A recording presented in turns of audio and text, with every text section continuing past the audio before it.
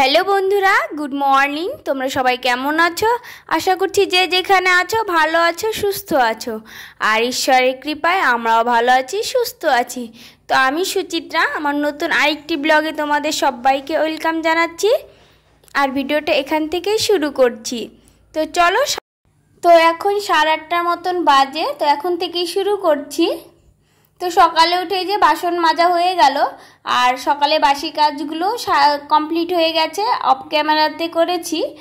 আর আজকে তো সেরকম ব্রেকফাস্টে কিছু নেই, কালকের 2টো রুটি ছিল আর একটা অমলেট করে নিয়েছি। তো এটাই হবে আজকে ব্রেকফাস্ট। আর এই যে একটু দুধ চা করে নেব, তো এটাই খাবো। আর দেখি এদিকে চা করতে করতে দেখি হর্ন বাজছে বাইরে, গাড়িতে কাঁচা গাড়ি চলে এসছে।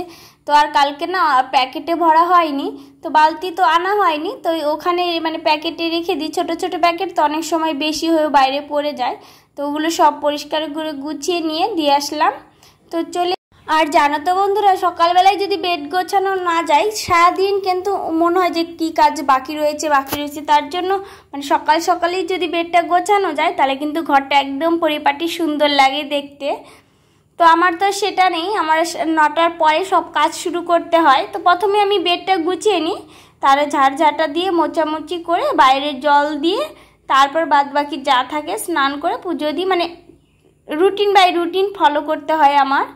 তো জানি না তোমাদের কেমন কি করতে হয়, আমার পরপর করতেই হয় এরকম। আর জানো তো বন্ধুরা, যদি প্রতিদিন একটা রুটিন ফলো করা যায় না, তাহলে দেখবে কাজগুলো তাড়াতাড়ি কমপ্লিট হয়ে যায় এবং মানে নিচে একটু রেস্ট পাওয়া যায় বিকেলের টাইমে তো সেরকম কোনো কাজ থাকে না। আর যদি মানে ধরো কোনো কিছু বানাতে ইচ্ছে হলো, তাহলে ওই বিকেলের টাইমে, আর এই যে গাছগুলোকে একটু জল দেওয়া বা যত্ন করা, সেটা বিকেলের টাইমে করি। কারণ এখন একটু কাজ করতে সকালের দিকটা একটু বিজি থাকি। তাহলে চলো আমার কোয়ার্টার লাইফ তোমাদের কাছে শেয়ার করছি, আমি কি করছি না করছি। চলো, এই যে এখন দেখো ঠাকুর ঘরটা পরিষ্কার করে নিচ্ছি। সকালে তো বাসি ঘর ঝাড় দিয়ে নিয়েছি, তো বাসি ঘর থাকে, আর এখন একটু ভালো করে ঝাড় দিয়ে কোনাকুনি ভালো করে গুছিয়ে নিয়ে ঝাড় দিই। আর এখনই ঠাকুর ঘরটা পরিষ্কার করে ঝাড় দিয়ে নিই। আর ঠাকুর ঘরটা তো লিভিং রুমে, আর এখন না লিভিং রুমটা একদম পরিষ্কার ফাঁকা হয়ে গেছে, কারণ সিঙ্গেল বেডটা ছিল ওটা তো বাইরে নেওয়া হয়েছে। তো এই ঘরটা একদমই ফাঁকা। আর এই যে কাঁঠাল দেখতে পাচ্ছ, এই 5টা কাঁঠাল পেরেছে, তো এখনও পাকেনি, একটা মানে একটু পাকা পাকা হয়েছে। তো জানি না খেতে পারবে, আমরা অতটা ভালো করে খেতেও পারি না কাঁঠাল, তাও পেরেছে, তো একটু একটু করে খাবো।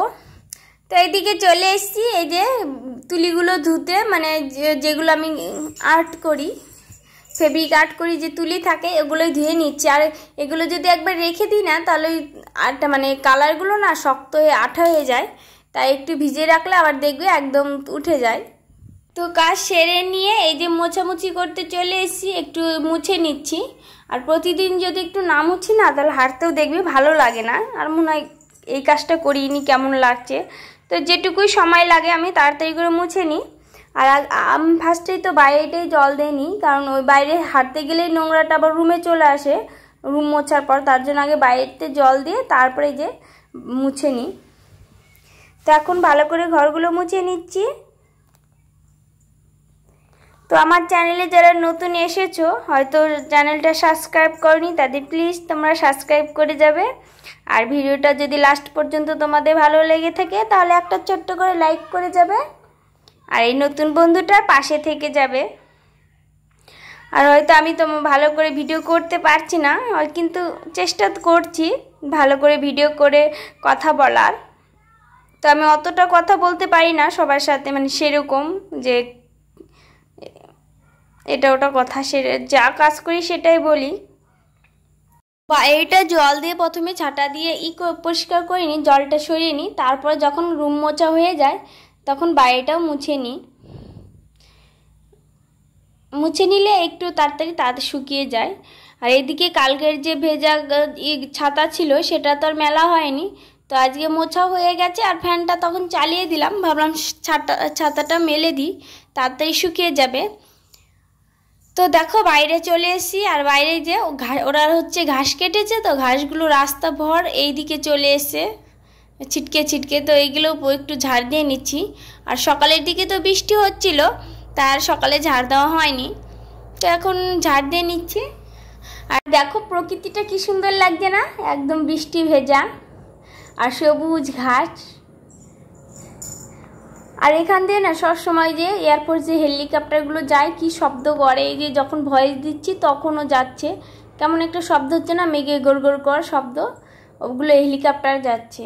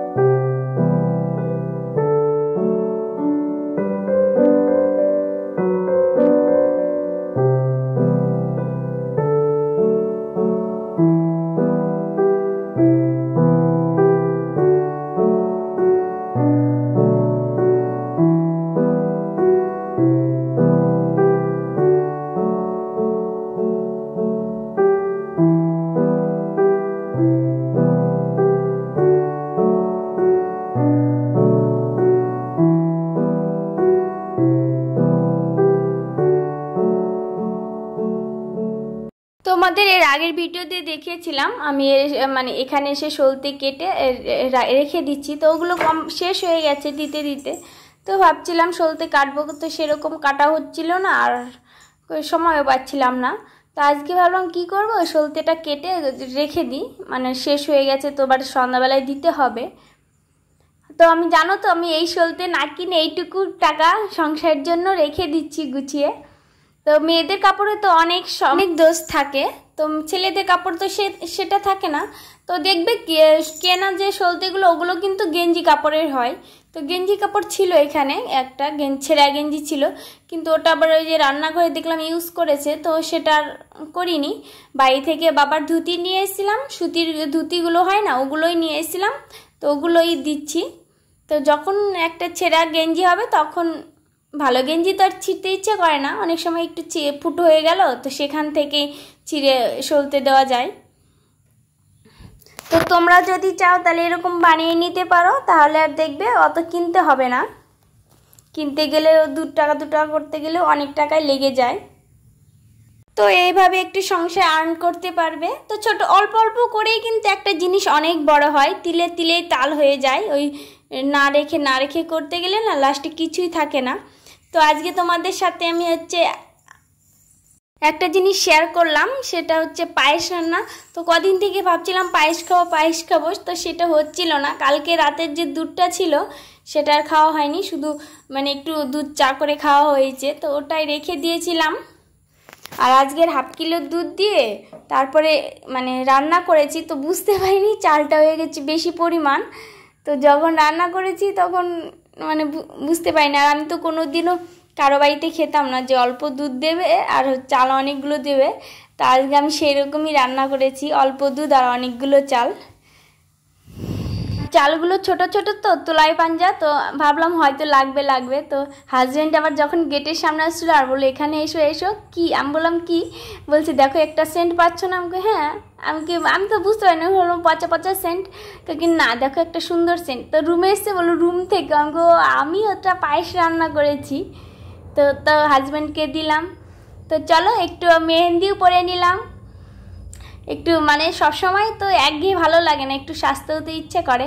তো আমি নিজের খুশিটাই না নিজে মানে বুঝি যে আমার এই জিনিসটাও করবো, আমার যা ভালো লাগে আমি সেটাই করি। তো চলো সন্ধ্যাবাতি দেওয়া হয়ে গেছে, আর এই যে রাতের পর সব থালা বাসন ধুয়ে রেখে দিচ্ছি। সংসারের কাজ তো করতেই হবে, অক্লান্ত পরিশ্রম, এর কোনো জবাব নেই, সবাইকে করতে হবে। তো আমিও করে নিচ্ছি। আর দেখবে বন্ধুরা কাজের রাতে কিন্তু খাওয়ার পরে অতটা মানে শুতে ইচ্ছে করে না যে এখনই খেলাম এখনই শোবো। তখন যদি একটু কিচেনের মানে কাজটা কমপ্লিট করা যায় না, দেখবে সকালে কিন্তু মানে একদম সুন্দর কিচেন লাগে আর অতটা ঝামেলাও হয় না ব্রেকফাস্ট করতে। তো আমি রাতের বেশিরভাগ কাজটা রাতে করে নিই। আর এখনও গোছানো সংসার, তো এখনও মানে করতেও বেশ ভালো লাগে যে নিজের কাজ করতেই হবে, এখন না হোক সকালে, তো এখনই করে নিচ্ছি। আর খাওয়ার পরেই খেয়ে দিয়ে শুতে ভালো লাগে না। তো আমরা আমাদের গ্রামে খেতাম 7টার দিকে, তারপর টিভি দেখতাম, এখানে ওখানে ঘুরতাম, তো ভাতটা প্রায় হজম হতো। আর এখানে খাচ্ছি 10টার দিকে, তো খেয়ে গিয়ে শুতে ভালো লাগে না। তো সন্ধ্যার পর রাতের পর মানে রাতের যে কাজটা থাকে সেটাই করে নিই। তাহলে চলো, যে রাতের কাজটা ছিল সেটাও কমপ্লিট হয়ে গেছে। তারপরে যে ফ্রেশ হয়ে নিয়েছি, হাত মুখ ধুয়ে চুলটাও বেঁধে নিয়েছি। আর এখন তো প্রচুর চুল উঠছে, প্রতিদিনই বেনুনি করতে হয়, তো ওষুধটাও খেয়ে নিচ্ছি। তো সবাইকে গুড নাইট, টাটা, ভালো থেকো, সুস্থ থেকো, দেখা হচ্ছে নেক্সট ব্লগে কাল ঠিক 8টায়।